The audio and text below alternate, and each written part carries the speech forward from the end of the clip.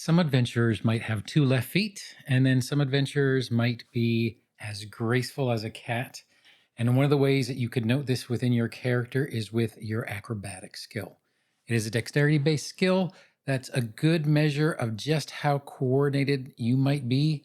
And we're going to cover why you might want to invest in this skill. My name is Don. I'm trying to be the Sly Strategist, and let's go ahead and get into it. Now, acrobatics is a skill that you can train for, and it measures your ability to do actions with coordination and grace. That's basically how it reads in the manual itself. Whenever you do an escape basic action, you can use your acrobatics score as opposed to using your unarmed attack modifier. So, although I did cover it already, we'll go ahead and do a little brief thing here with escape in that you can escape from being restrained, basically grabbed, immobilized, restrained, and you can choose one particular thing that is restraining you, be it an object, be it a spell, or anything along those lines, and you can roll against that. If it's a thievery DC of a character who is tying you up, it is the escape DC of an object or hazard, as well as anything that GM might decide would be a good DC if it's something that doesn't necessarily fall along those lines. With a critical success, you escape from that condition. And if that's your only condition that is holding you in place, then you get a stride of 5 feet on a critical success. On a success, you are able to leave that restrained condition, but you don't get the stride. A fail is a fail, and a critical failure means that you can't escape, and you also can't try another escape until your next turn. So that is one of the things that pretty much anyone can do. There are also 2 additional untrained actions that you can use your acrobatics modifier for. So let's go ahead and talk about the untrained. So your first untrained action would be balance, and it requires you to be in a square that contains like a narrow surface, like a little board, or you're going across rafters up in the roof, uneven ground, or some other similar feature that is difficult terrain. When you use the balance feature, which is a single action move trait skill, you can go ahead and move on that surface as normal as long as you roll a critical success. On a critical success, you can move up to your normal speed. On a success, you can move up to your speed, but you treat it as difficult terrain. So as opposed to not being able to do very much movement at all, you can still move, but it is still difficult terrain. A failure, you must remain stationary, meaning you can't move at all. Just trying to keep your balance because you don't want to fall. If you fall, you'll take damage and those kind of things, depending on the height that you might be falling from. And on a critical failure, you do fall. So if it is high up or something along those lines, like you're going across rafters, that could be very detrimental. And your turn ends if you do fail. They did have a list of some sample balance tasks that kind of show you what these might be at the different levels of training. So we'll go ahead and cover those.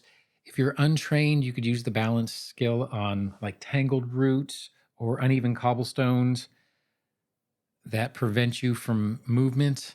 On trained, you could do things like a wooden beam. So that would be the case of maybe a wooden beam and a rafter, or even a small tree trunk that has gone across a river. Then you could use your balance skill for that.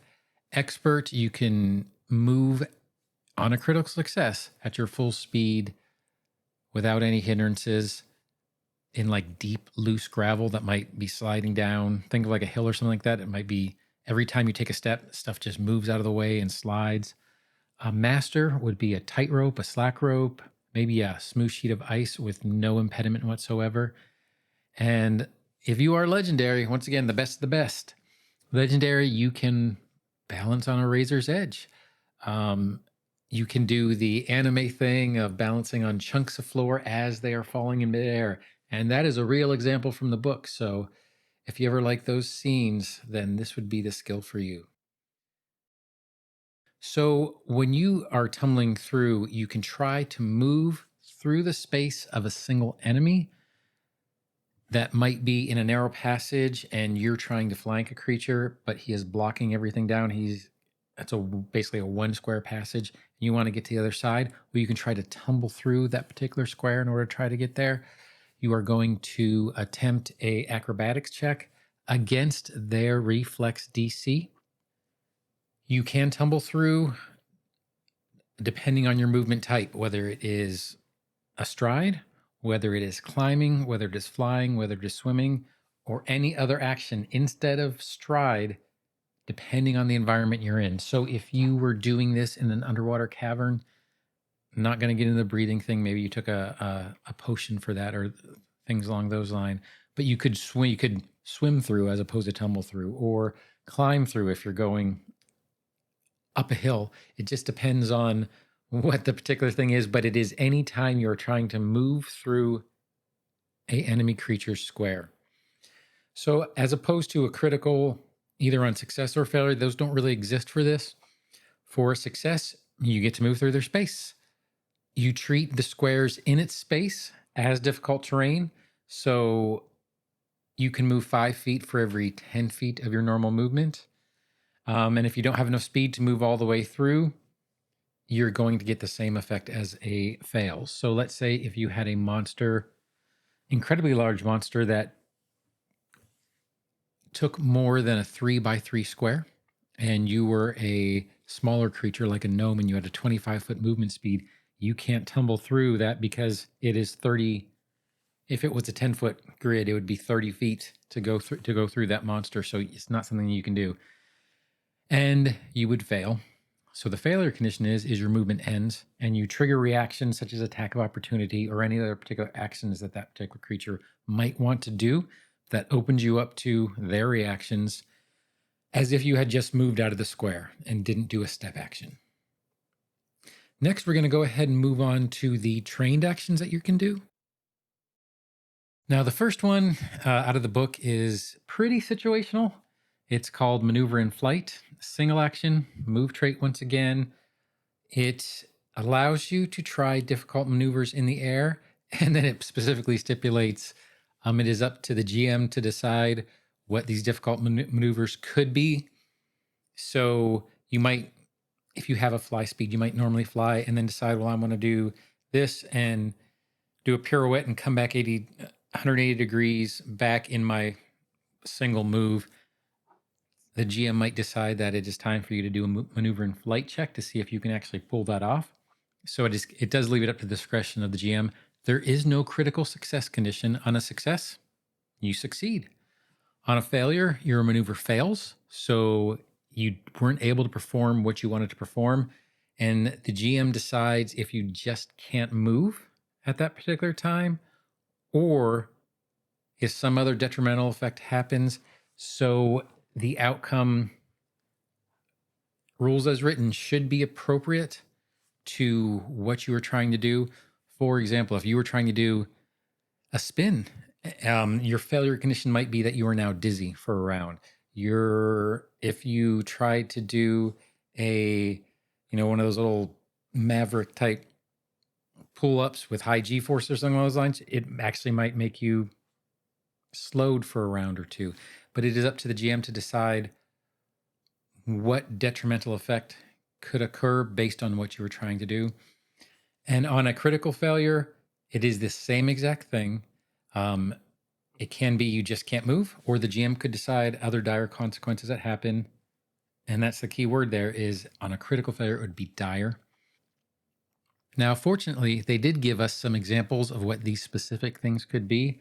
So let's go ahead and cover some of the sample maneuvers that they gave us in the book. If you are trained, you can do a steep ascent or descent.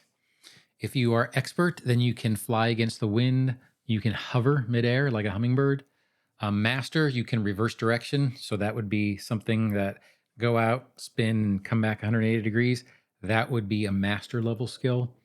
And legendary is you can fly through a gale force wind without it affecting you whatsoever. These would be the things you could do on maneuver in flight. Once again, it is situational because you have to have a fly speed. So, Tengu and potentially maybe an animal companion that can carry you and can fly. This might be something that this would apply to. And then your last trained skill is going to be squeeze. Now, squeeze does have the exploration and move trade. So it can only really be done in exploration. So it doesn't necessarily take any actions. So what it is saying is that you are going to contort yourself to fit into a very small area or squeeze through a space so small that you can barely make it through. The action is for exceptionally small spaces. So we're not just talking about like a narrow passageway that you can slide through sideways. We're really talking about exceptionally small spaces. And these tight spaces might be treated as difficult terrain. By using the squeeze action, then you can move through them more quickly and without a check for the difficult terrain. Now, on a critical success, you squeeze through the tight space in 1 minute per 10 feet of squeezing. Success, a little bit slower. You squeeze through in 1 minute per 5 feet. And on a critical failure, you become stuck in a tight space, which is not a good idea. When you're stuck, you can spend 1 minute attempting another acrobatics check at the same DC level in order to try to successfully do a squeeze. Any result on that check other than a critical failure causes you to become unstuck. So even if you fail, you do get unstuck and you can attempt movement again with another kind of wasted minute of movement, but you are no longer stuck in place. And they did give us some sample squeeze tasks, just 2 for this one. But if you are trained, spaces that barely fit your shoulders. So, think about your particular creature. If it's a gnome under 3 feet, that would be much smaller than it would be if it was a catfolk, who's going to be much bigger. And master, which is a space barely fitting your head. So you could get into spaces that your cat can get through. Now, I hope this explanation of acrobatics helped you out, made you think of it a different way, or gave you some ideas on how you could possibly use it in your game. It is really helpful, I find, if you're doing caverns or any underground dungeons or things of that sort that might be, or ruins where you're going to have a lot of difficult terrain, a lot of fallen walls, fallen arches, things that require you to maneuver around in really tight spaces. Acrobatics is a great skill, especially if you have a high dex modifier. So I hope you did like this video. If you did, feel free to like, subscribe, or hit that notification bell. And regardless of what you do, I hope you have a great day and happy adventuring. Thanks.